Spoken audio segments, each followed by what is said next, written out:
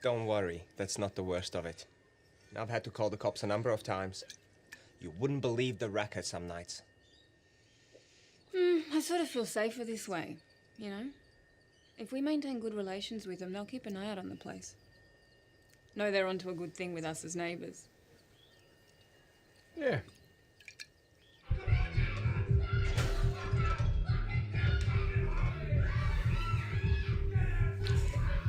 You want a cup of tea?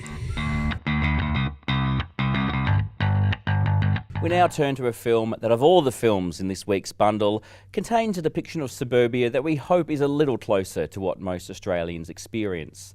Although this film does still present a scenario that gets a little extreme, we suspect that anybody who has ever dealt with horrible neighbours will certainly find a lot to laugh at and cringe at in the 2012 comedy drama The King is Dead.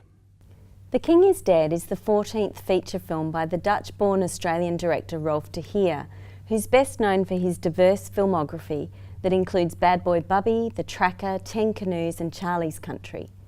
De Heer has made films in suburbia before, but The King is Dead is the most light-hearted and comedic, even if it does veer into thriller and black comedy territory towards the end.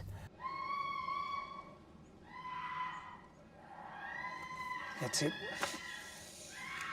I'm calling the police. No, she's screaming. Can you hear this? Did you hear that? No, it doesn't sound like simple domestic violence. What's so simple about domestic violence anyway?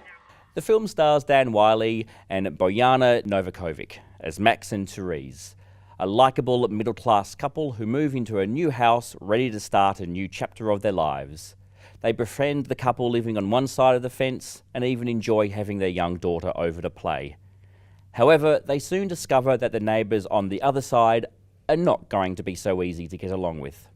This problem house is occupied by a man simply known as King, played by Gary Waddell. King himself seems harmless enough, if a little eccentric, but he has many shady friends who are constantly at the house playing loud music, taking drugs and screaming at each other.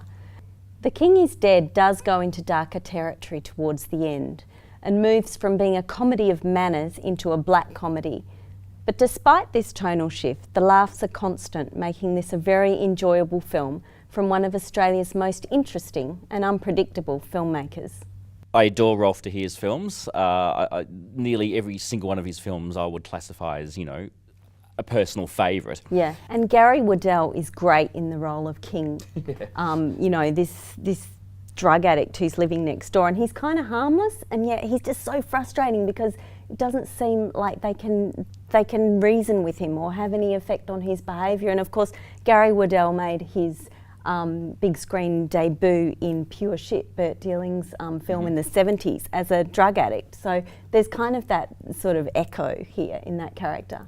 Yeah, The King is Dead. It did get a small cinema release, but it may be a film that you may have missed, so definitely worth catching up on.